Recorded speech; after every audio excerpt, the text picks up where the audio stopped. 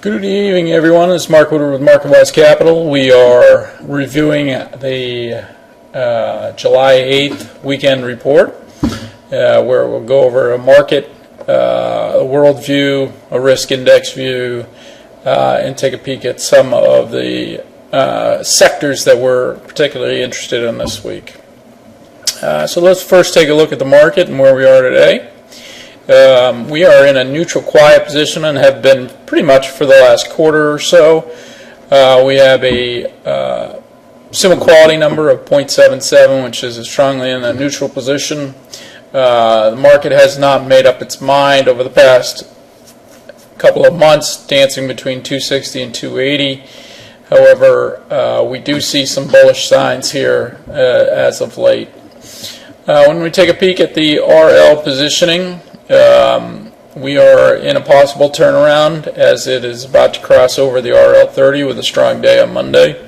If that does happen, we clearly will move into a short-term bullish time frame or mindset. However, we are in a risk-off perspective and have been for the past 2-3 weeks as we've slid down the risk index, evaluating the VIX. So if we do see a move here on Monday, we could see a turnaround. However, we are in the winter months here, if you think of this as the four seasons. So we are in the slide of the winter right at the moment. Contrary to that, though, is a overbought position from an NDX evaluation. We're at 0.94, and this has moved significantly over the past 5-6 days from an oversold position to an overbought. We've been sitting in a neutral position from a year look at the NDX at 0.76.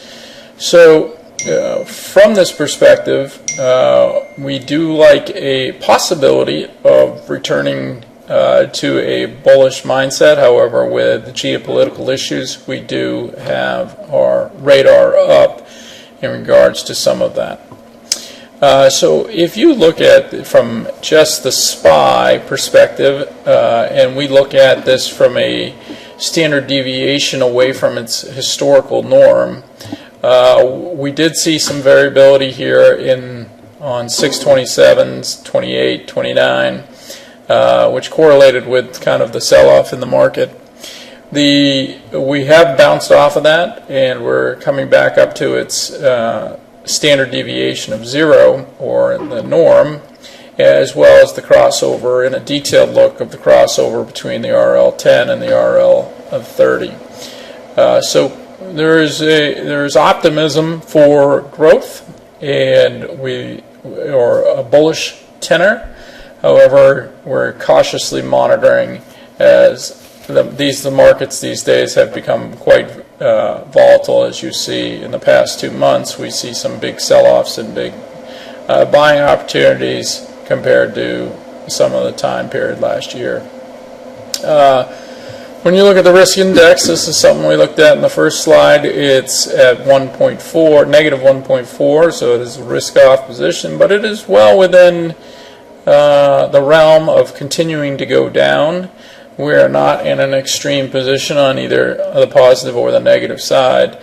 If we get below 2 standard deviations of that, with the look back of over 5,000 days, we have the potential here for a bounce. But right now, it could very easily continue to move in the winter direction or start to reverse and move upward. From a world perspective, which we like to start with,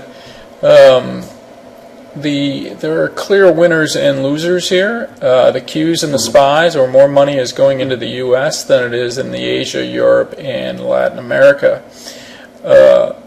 When we take a deeper dive, if you want a clear momentum play, we like the Qs, and a broad stroke of the SPYs, it starts to have a possible turnaround to greater a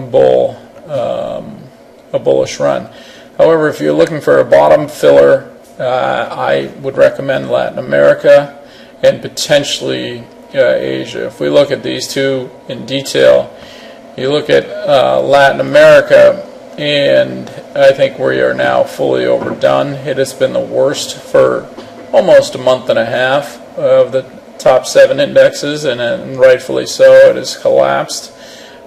When you look at its historical index, we've been sitting at below the index for a long time, and we've now subsequently made its move backward. This could be a good indicator that it's been overcooked, and we start to see a move back.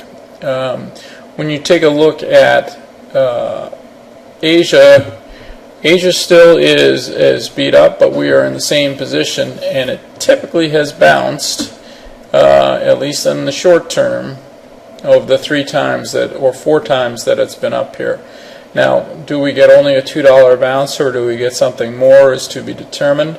We may not even get that, but the fact is that this has been beat up pretty good, and depending on your opinion of what's going to go on with China. When we look at Asia, Asia is a little bit, a little more, excuse me, let me get to Europe, excuse me. When we look at Europe, we have a similar look to what happened in Latin America, except that it didn't fully fall off the ski slope, but it is at its low of 2.5 standard deviations and since recovered. So it's interesting that, is Europe done, or is this just another head fake? So when we take a look at the sectors, we clearly have some winners and losers, and what you imagine if you're following the market is the utilities, the real estate, the healthcare, biotech, all kind of safety ETFs have been winning the race recently, and we're interested in possibly the biotech if we feel continues to be on the safety camp, as well as healthcare. They're both turning around. So if we are defensive in nature, those would be the 2 that I would start to focus in on. And on the flip side, from a turnaround perspective, the financial side has been totally beat up, and we a little bit continue to be amazed at how badly this gets beaten up. So we've seen the precipitous slide down. However, we are the worst in the sectors. We feel that there's a potential here to make at least a moderate return depending on what happens with the Fed and the interest rates. However, if that doesn't whet your fancy, then I am particularly interested in the industrial and materials. We see a similar look here as to the turn. We've seen the beatdown in the industrials, and we've now rotated and crossed over. So on a 5-day perspective, we've seen a 1% gain. Clearly the beatdown has occurred over the last 20 and 100 days. I think we may have a nice bounce at some point here for the industrials as well as the materials. Materials has a similar structure here. So depending on what happens with China, these 2 are clearly China-based, or at least the scare tactics are in those. When we look at where the money is going, we also find something very interesting. So if we go to the materials, we see a lot of call action on the materials side, and so the U.S. steel is interested to us. You also have the gold and international paper, Freeport-McMoRan. So there is a little extra activity here in the past couple of weeks in regards to that. I'm interested as to what they're thinking, and these are usually, and this is only unusual activity or activity that is substantially more than the open interest. So if we take a peek back, all the put volume is relatively equal, and so when we just look at the call volume, you may also see some activity in the healthcare space. So at the end of the day here, we are interested in the healthcare, materials, and industrials. We think that the heavy money is going in that particular area, and I would have to get some type of reassurance that the financials have turned, although there's a close eye on that.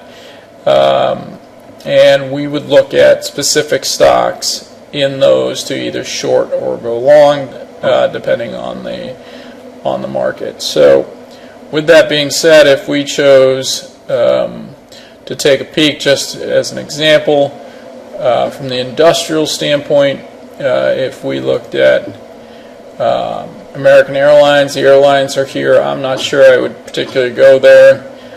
We really do like Boeing at this stage of the game. This thing has been totally beaten up. Its alpha stat is negative 1.15. So this is a quality stock that's run into some support here. I'm interested in that, as well as CAT. If we do see some unusual option activity in those two, that could be a clear indicator that we are on the move. We did also see some of the railroads. The railroads are interesting because they've been running and then have a fallback for, as with the rest of the industrials. I think we're at an opportunity for another leg up in some of the railroads. So with that, I am Mark Woodward with Marketwise Capital. Good luck and good trading.